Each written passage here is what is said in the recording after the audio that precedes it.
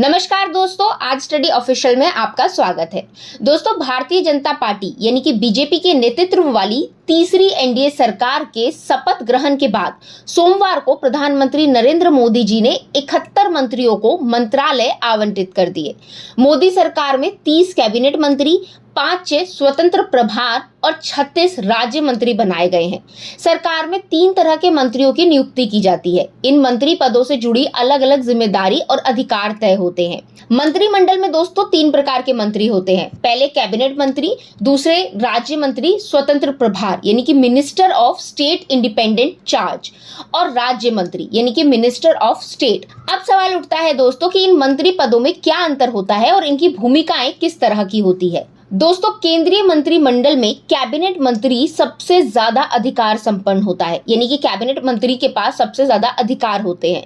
दूसरी श्रेणी में राज्य मंत्री स्वतंत्र प्रभार आता है, जिसके अधिकार कैबिनेट मंत्री से कुछ कम हो जाते हैं।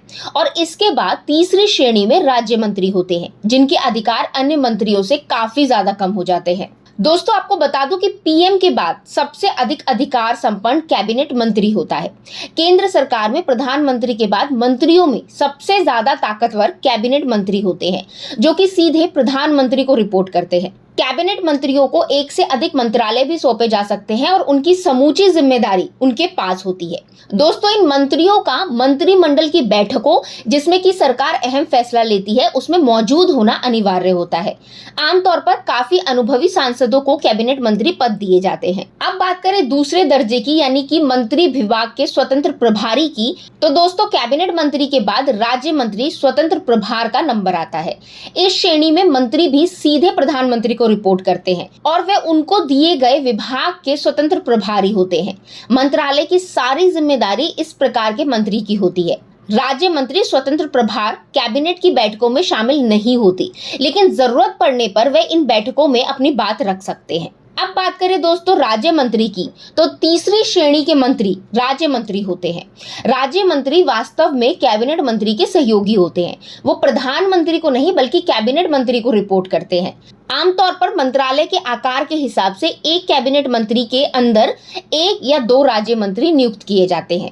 जैसे कि गृह, वित्त, स्वास्थ्य, शिक्षा जैसे बड़े मंत्रालयों में कई विभाग शामिल होते हैं। इनमें से अलग अलग विभागों का जिम्मा राज्य मंत्रियों को सौंप दिया जाता है। दोस्तों, नई सरकार में कैबिनेट मंत्रियों में अमित शाह को एक बार फिर से गृह मंत्री बनाया गया है और राजनाथ सिंह फिर से रक्षा मंत्रालय ही संभालेंगे। दोस्तों, विदेश मंत्री एस जयशंकर हैं। वित्त मंत्री निर्मला सीतारमण, सड़क परिवहन और राजमार्ग मंत्री की जिम्मेदारी नितिन गडकरी को मिली है। नई एनडीए में शामिल सरकार में सहयोगी दलों के नेता को भी अहम जिम्मेदारियां सौंपी गई है।